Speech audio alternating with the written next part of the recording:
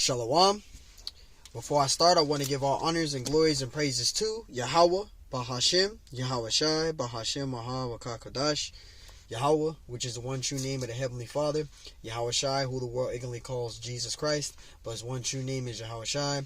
Double honors to the elders and apostles of Great Millstone, who will well teach well, because those are the men who I learned this truth from through the spirit and power of Yahweh, Bahashem, Yahweh Shai. Peace, blessings, salutations to the hopeful elect. And shalom to you, sincere brothers scattered abroad, pushing forth this word in truth and sincerity. I am the brother Mashiach Arazakah from the servants of Yahweh Yahweh Shai Camp, Las Vegas, Nevada branch. And pretty much this is going to be Genesis 49 breakdown. And we're going to do different parts because Genesis, the 49th chapter, is very long. So we're going to do different parts. This will be part 1, and then I'll probably do part 2 after this, and do different segments because you don't want to make it too long of a lesson. You know, Jake got a short attention span. So, Lord willing, this lesson is edifying, and this is Genesis 49 and 1. Genesis 49 and 1, it says, And Jacob called unto his sons and said, Gather yourselves together, that I may tell you that which shall befall you in the last days. So this was a prophecy for the last days, meaning the last days, the end of the age. Right, we were in the last days. All right, we've been in the last days since Yahweh Shai first stepped forward on the scene. That word befall, it goes into the Hebrew word bakwaya'ah, which means encounter, and that word last, that goes into the Hebrew word achrayah. If I'm saying it wrong, elders, brothers, correct me. Which means future prophecy. All right, future poetic prophecy, future event, future prophecy, meaning future. Alright, so that's what that word befall means, and that word last. That word last goes into future, meaning future events. Alright, if I said the Hebrew word wrong, correct me, elders and brothers, Salakia. But that word last goes into the Hebrew word of meaning of future events, future time. But that Hebrew word befall, it means bakwaya'ah, which means to encounter. And we're going to prove that we've been in the last days, because I said we've been in the last days since the Messiah first stepped foot on the scene, and we're going to prove that. Now, when you go to Hebrews 1 and 2, so we've been in the last days. We've been in the last days since the Messiah first stepped foot on the scene. This is Hebrews 1 and 2. It says, Hebrews chapter 1, verse 2, it says, Have in these last days spoken unto us by his Son, Yahweh Shai, whom he have appointed heir of all things, by whom also he made the worlds. See? So we've been in the last days since the Messiah first stepped foot on the scene. So we've been in the last days.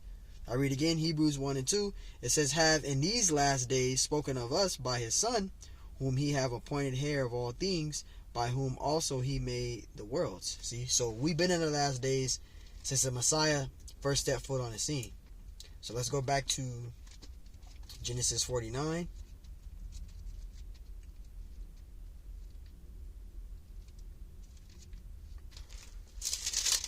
Alright. This is verse 2. It says, Gather yourselves together and hear, ye sons of Jacob, and hearken unto Israel your father. Verse 3, Reuben. Now Reuben is the so-called Seminole Indians today. That's the tribe of Reuben. It says, Reuben, thou art my firstborn, and my might, and the beginning of my strength, right? The excellency of dignity and the excellency of power, right? Because Reuben was the only Native American tribe that was not taken down by the U.S. troops. All right, going back to the Seminole Wars, which took place from 1816 to 1819. That was the first Seminole Wars. You had 3 Seminole Wars. You had the first Seminole Wars, which took place from 1816 to 1819. That happened in northern Florida. Then you had the second Seminole Wars that took place from 1832 to 1842, or 1830, somewhere around there, 1831, 1832 to 1842. That was the second Seminole Wars. No, 1832 to 1842. That was the second Seminole Wars. And you had the third Seminole Wars. But the first Seminole Wars, you had a lead of Andrew Jackson, who took place in the first Seminole War, when they tried to take down the tribe of Reuben, and they couldn't, because the tribe of Reuben, the Seminole Indians, they were in a swampy area. So they couldn't track where they were at. They didn't know where they were going But the tribe of Reuben did. They knew the swamps very well. They knew who was coming in and out of their area. So long story short, they tried to take down the tribe of Reuben, which are the Seminole Indians. They tried, and then they just said, fuck it, we'll just leave them alone. But Reuben is the only Native American tribe that was not taken down by the troops. Alright? They're the only tribe that was not taken down. Alright? And it says, verse 4, it says, unstable as water, thou shalt not excel, because thou wentest up to thy father's bed. It says, then disfoulest thou it when he, it says, and then defilest thou it, Salakia. He went up to my couch. So Reuben, he slept with his father's concubine. He broke the commandment. And we're going to get that. This is Genesis 35, and we're going to read verse 22. This is Genesis 35 and verse 22 to prove that. He slept with his father's concubine. Yeah, Reuben did. This is Genesis 35 and 22. It says, and it came to pass when Israel dwelt in that land, and Reuben, right, the so-called Seminole Indians, is the tribe of Reuben, went and lied with Bilhah, his father's concubine, and Israel heard it. Not the sons of Jacob were 12. Now the sons of Jacob were 12. So Reuben, he slept with his father's concubine. All right, he broke the commandment. But again, Reuben is the so-called Seminole Indians today. That's the tribe of Reuben, according to the scriptures. Verse 5, it says, Simeon and Levi are brethren, right? Simeon and Levi are brethren, all right? They live on the same island, and they live next door to each other. Simeon is the so-called Dominicans today. That's the tribe of Simeon, and the tribe of Levi are the so-called Haitians, all right? That's who the tribe of Levi are, and they live on the same island, which is Hispaniola, the island of Hispaniola, if I'm saying it right, the island of Hispaniola, which they live right on the same island. They're next door to each other, right? It says, instruments of cruelty are in their inhabitations, all right? The instruments of cruelty, all right? Them Haitians, they practice a lot of voodoo, all right? So pretty much, they go down to Suriname, and they cut the heads off of the people in Suriname, and they sell the skulls to the voodoo priests, because the Haitians, they practice a lot of voodoo. All right, the Haitians, yeah, they're the tribe of Levi. Those are the Haitians, and the tribe of Simeon are the Dominicans. Right? It says, of cruelty are in their habitations. It says in verse 6, it says, "O my soul, come not thou into their secret," and the secret is the voodoo. They practice a lot. The Haitians, they practice a lot of voodoo. All right, and it says, "Come not thou into their secret, unto their assembly. Mine honor be not thou united," because Shimeon and Levi, they're not united. They're against each other. They don't like each other. All right, they're against each other. You know, one nation hates the Dominicans. They hate the Haitians because they're darker than them. So there's a lot of separation, or a lot of separation and segregated amongst one another. So they're not united, but they live on the same island. It says, "Mine honor be not united, for in their anger they slew a man, and in their selves they dug down a wall." What is this going into? Because they had a sister named Dana. All right, they slew a man because they had a sister named Dana. All right, which was their sister, and she was raped by that Hamite. So Shimeon and Levi, they took it upon themselves, while after their sister got raped, when they found out their sister got raped by that Hamite.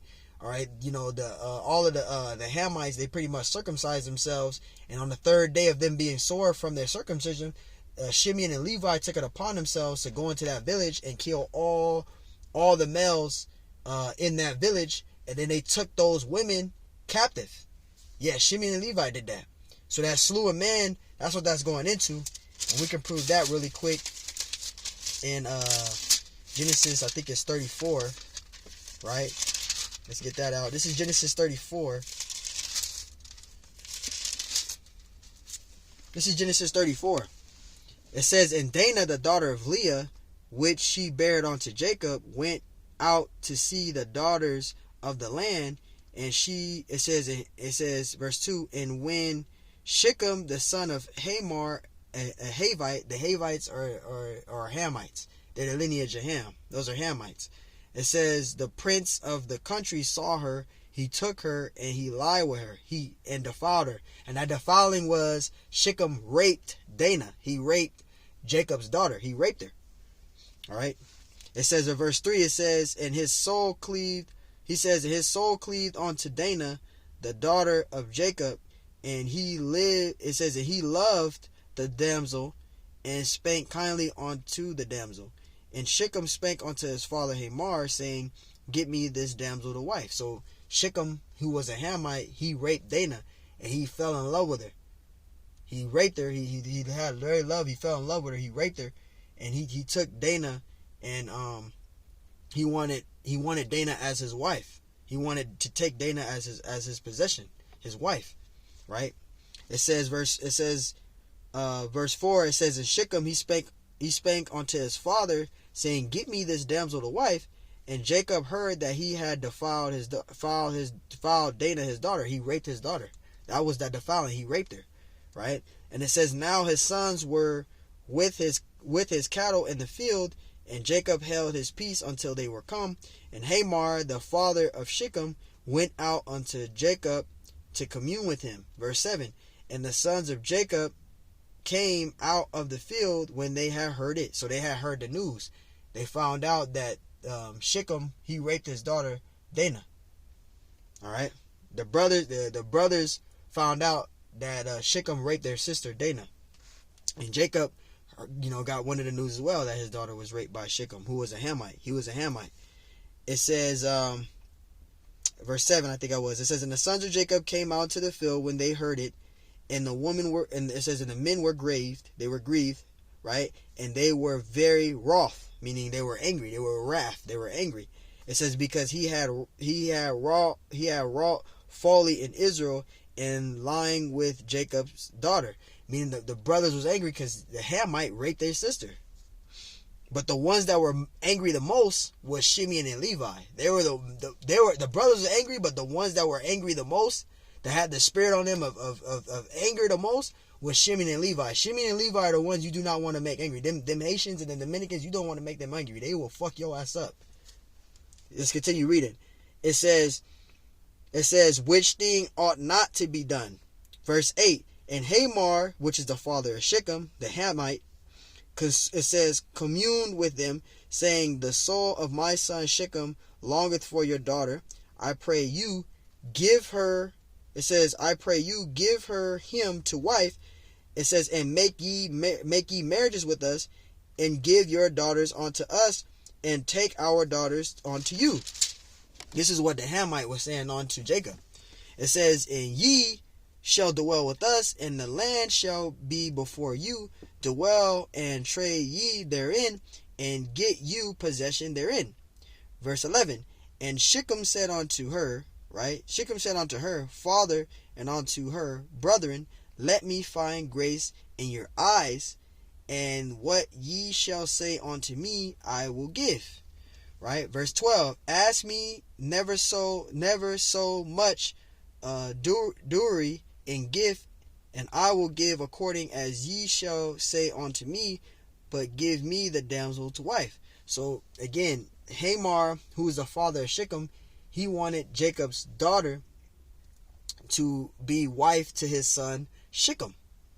That's what he was asking Jacob, right? It says according as ye, this is verse 12, according as ye shall say unto me, but give me the damsel to wife.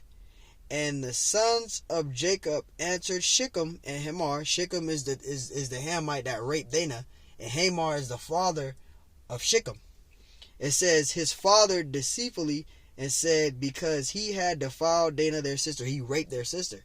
Verse 14, and they said unto them, we cannot do this thing, to give our sister to one that is uncircumcised, for that were a reproach unto us. Verse 15, but in this will we consent unto you, if ye will be as we be, that every male of you be circumcised. Verse 16, then will we give our daughters unto you, and we will take your daughters unto us, and we will dwell in you, and we will become one people.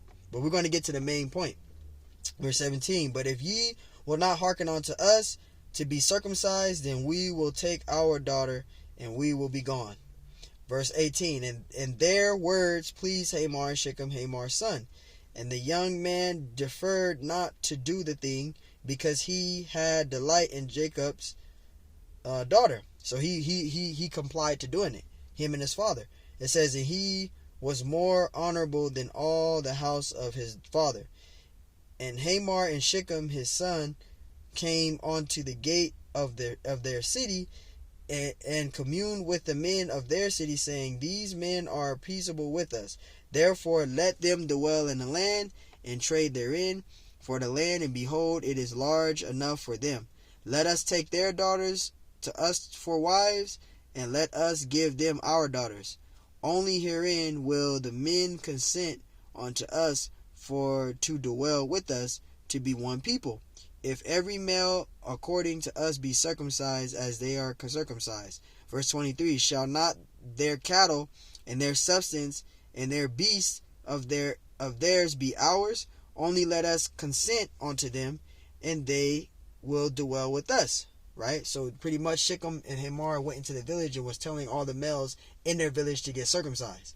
So they can have the Israelites' daughters to wives, and then the Israelites to have the Hamites' daughters to wives. But the Lord didn't allow that to happen, because the Lord put the spirit on Shechem and put the spirit on Levi and Shimeon, Salakia, to go into that village and they kill all the people, kill all their males in that village. And we're getting to it right now.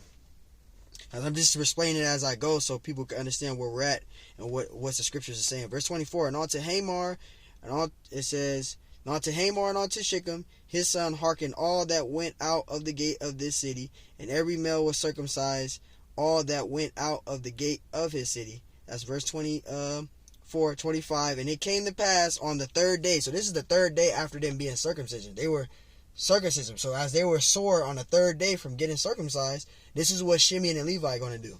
Verse 25. And it came to pass on the third day, it says, when they were sore, they were just, this is their third day of being circumcised, right? It says, as it came to pass on the third day when they were sore, it says that two of the sons of Jacob, Shimeon and Levi, Dana's brethren, took each man his sword and came upon the city boldly and slew all the males. They went into that city, that village, and killed all the males in that city. They killed all the males of that city and then took the wives of those males and took them wives captive. They killed all the males in that city and then took their women and made them captive. They took those women, right? It says verse here it is right here, right? Verse 26, and they slew Hamor and Shechem. So they killed Hamor, the father of Shechem, right? And they killed Shechem. So they killed him, his father, and all the males in the village. Shimeon and Levi did. It says verse 26, and they slew Hamor and Shechem his son with the edge of the sword, and took Dana out of Shechem's house and went out. Verse 27, the sons of Jacob came upon the slain, and it says, and spoiled the city, because they had defiled their sisters. So they were angry about it. This individual raped our sister. We're gonna go up in there and we're gonna kill every fuck. They went in there and killed all the males. They killed Shechem, and they killed Hamor. They killed Hamor, which was Shechem's father, and they killed Shechem, and they killed all the males in the city. And then they took those women, and they took them captive. They took those women. They straight went in there and took them women. Right? And it says, verse 28, they took their sheep, so they took their sheep, their oxen, their asses, which is their donkeys. It says, and that which was in the city, and took everything that was in the city, and that which was in the field. They took all that which was in the field, and all their wealth, and all their little ones, and their wives took they captive. So after they killed all the males in the city, they took all the wealth in the city. They took all the oxen, all the asses, which is the donkeys, right? They took all the sheep, and then they took the little ones and their wives, the wives of those Hamites that they killed, and took them women captive. They took those women. Shimeon and Levi did, right? And it says, It says, verse 29, and all their wealth and all their little ones and their wives took they captive, and spoiled even all that was was in the house. Verse 30, and Jacob said unto Shimeon and Levi, so Shimeon and Levi did all this, right? And it says, and Jacob said unto Shimeon and Levi, ye have troubled me, take me to stink among the inhabitants of the land, among the Canaanites, right, which are the Hamites, the Canaanites and the Perizzites, right, are all Hamites, and I being few in number.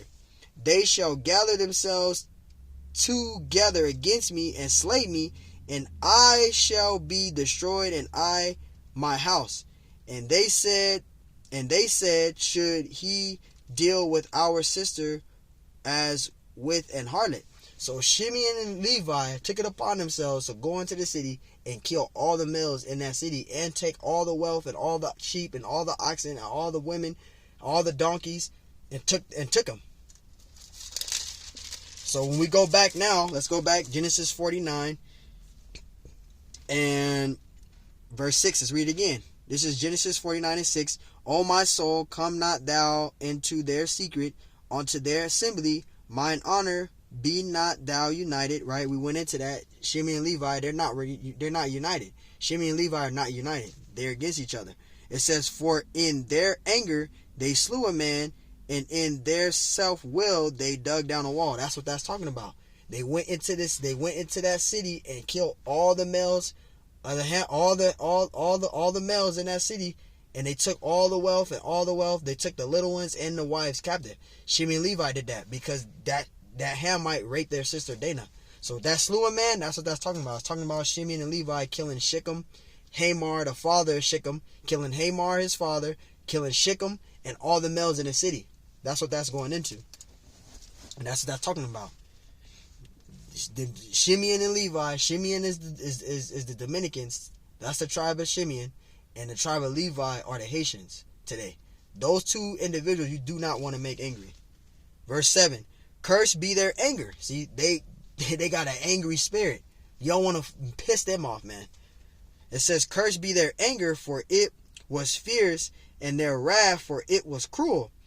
I will divide them in Jacob and scatter them in Israel. So again, Shimeon and Levi, they live on the same island, which is Hispaniola, if I'm saying it right, the island of Hispaniola, which you have the Dominican Republic and you have Haiti.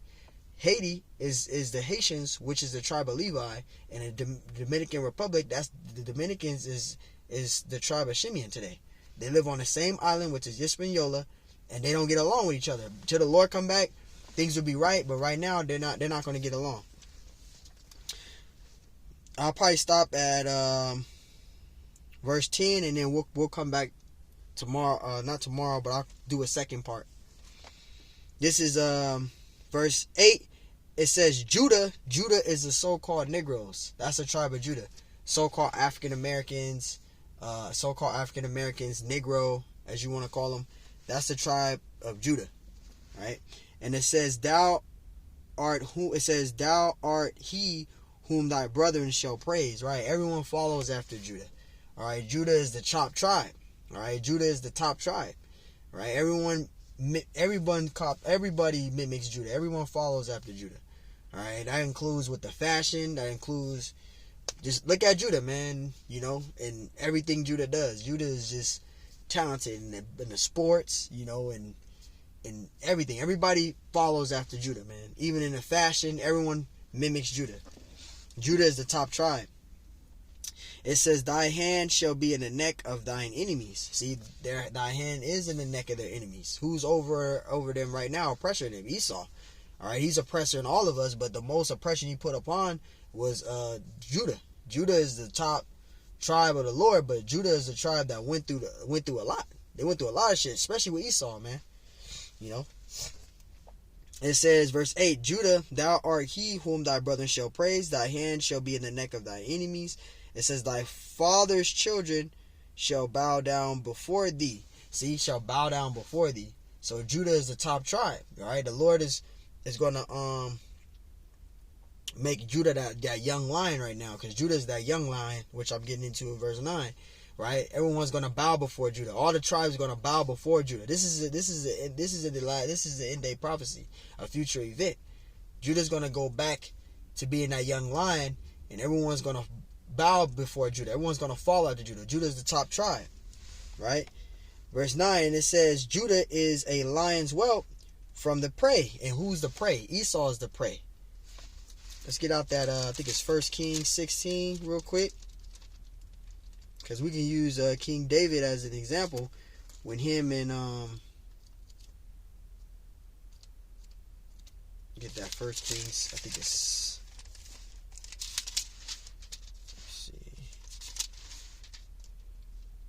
it's 1 Kings and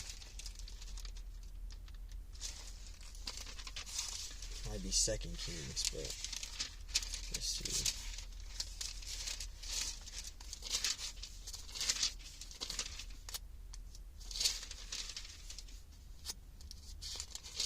It might be 1 Kings 11, but I'm gonna have to check. 16.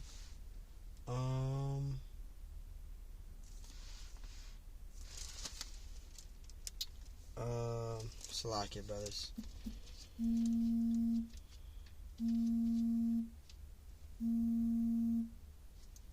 on. Salakia, I got somebody calling me. I'm about to call them back later. But when you go to, I think it's 2 Kings or 1 Kings, the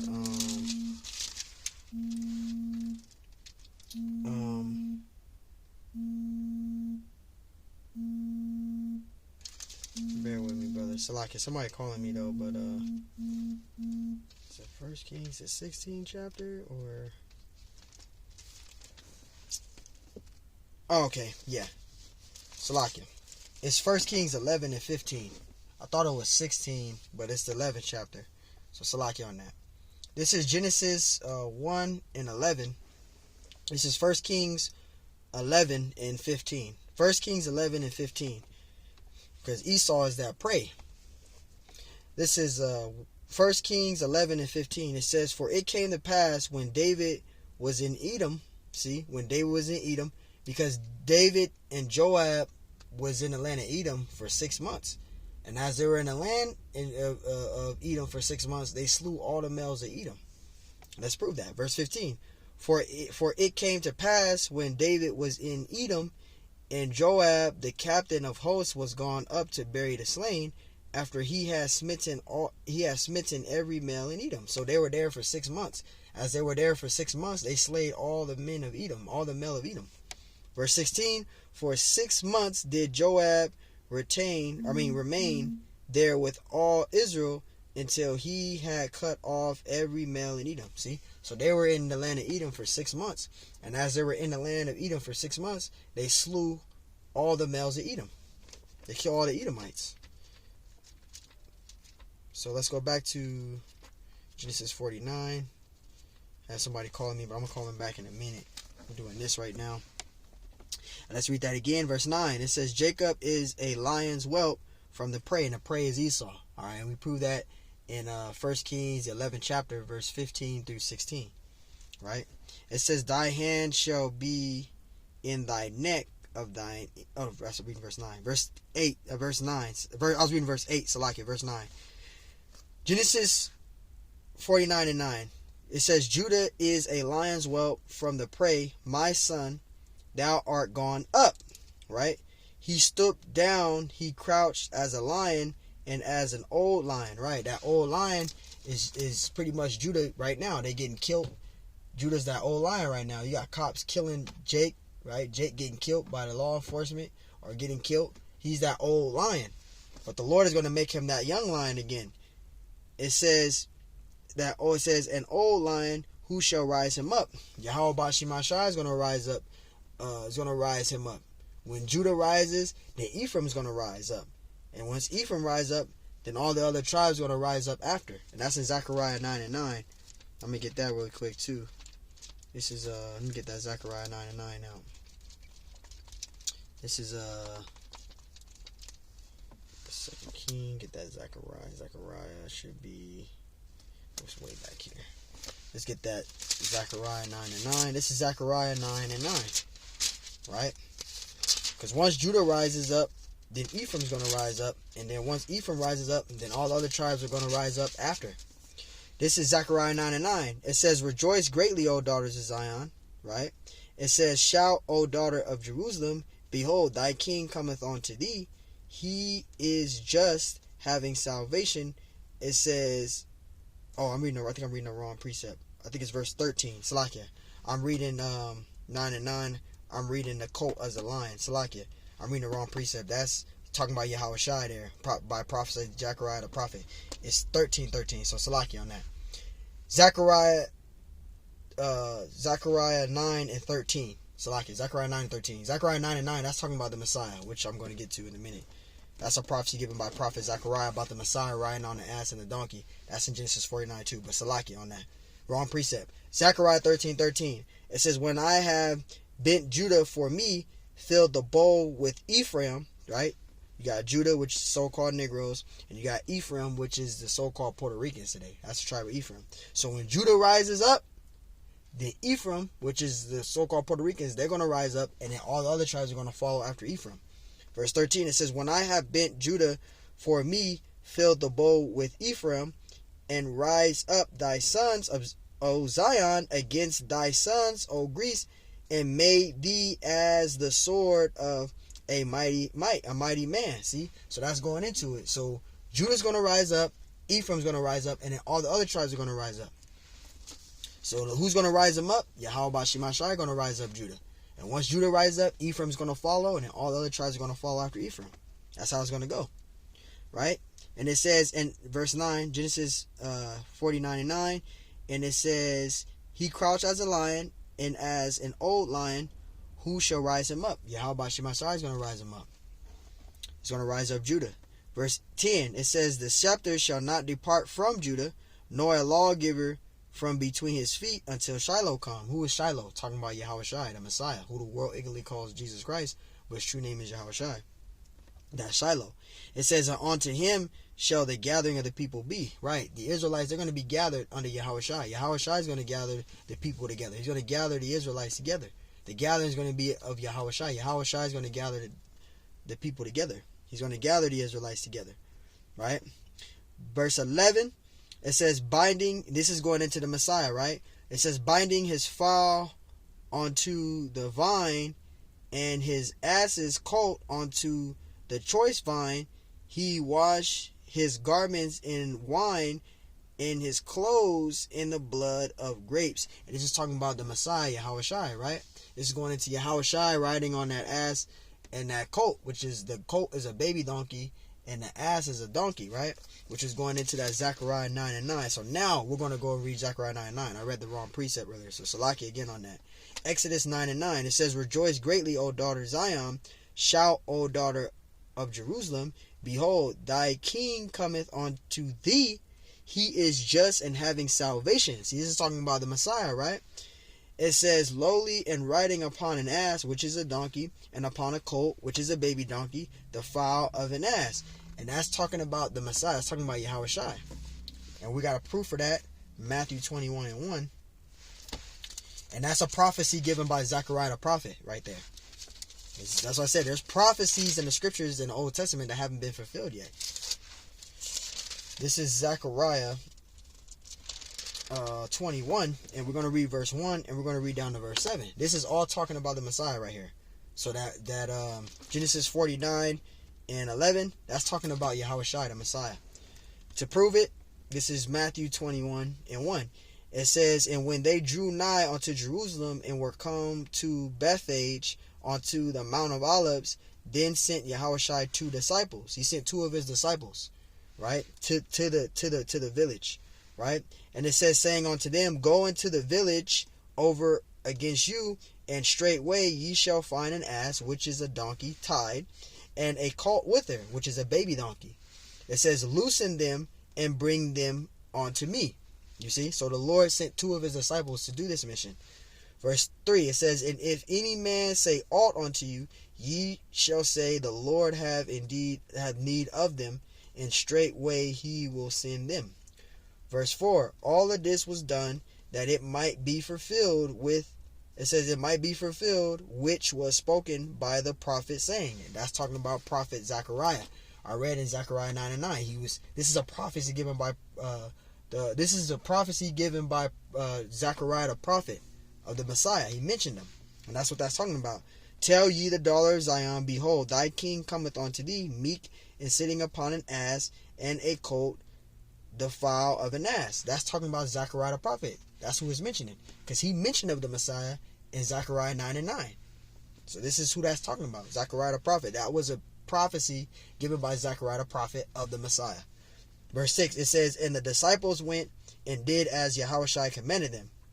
Verse 7, and brought the ass and the colt, and put on them their clothes, and they set him thereon. So this is talking about the Messiah. This is a prophecy given by the Messiah, talking about the Messiah. Genesis 49 and 12, it says, his eyes shall be red with wine, and his teeth white with milk. Right, this is talking about where it says his eyes shall be red with wine. That's talking about the Messiah, his eyes being red because he drank a lot of wine. He was a wine bibber. Alright, yeah, he was an alcoholic. The Messiah drank a lot of wine. That's why his eyes was red.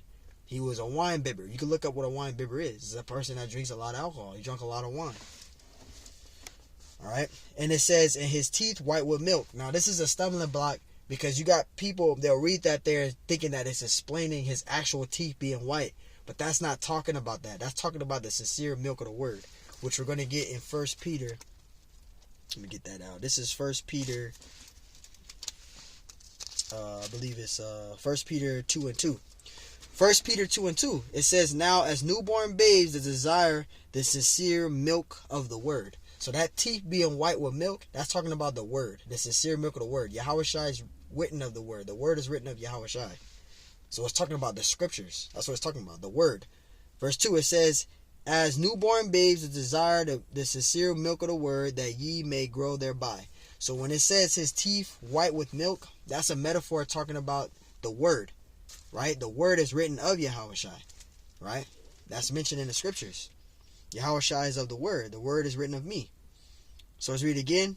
Genesis 49 and 12. His eyes shall be red with wine, and his teeth white with milk. That's talking about the Messiah. Alright. So that's all talking about the Messiah. From starting at verse 10 all the way down to 12. That's all talking about a future prophecy of the Messiah. Verse 12. It says Zebulon. Zebulon is the Panamanians and Guatemalans today. That's the tribe of Zebulon. And it says, Zebulon shall dwell at the haven of the sea, and he shall be for a haven of ships. That's talking about the Panama Canal. Because you have boats that go in between there that's being shipped off. That's talking about the Panama Canal.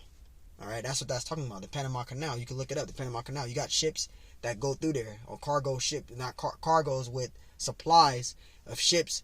They go through there. They take that's the shortest way to get to certain areas. And they go through the Panama Canal.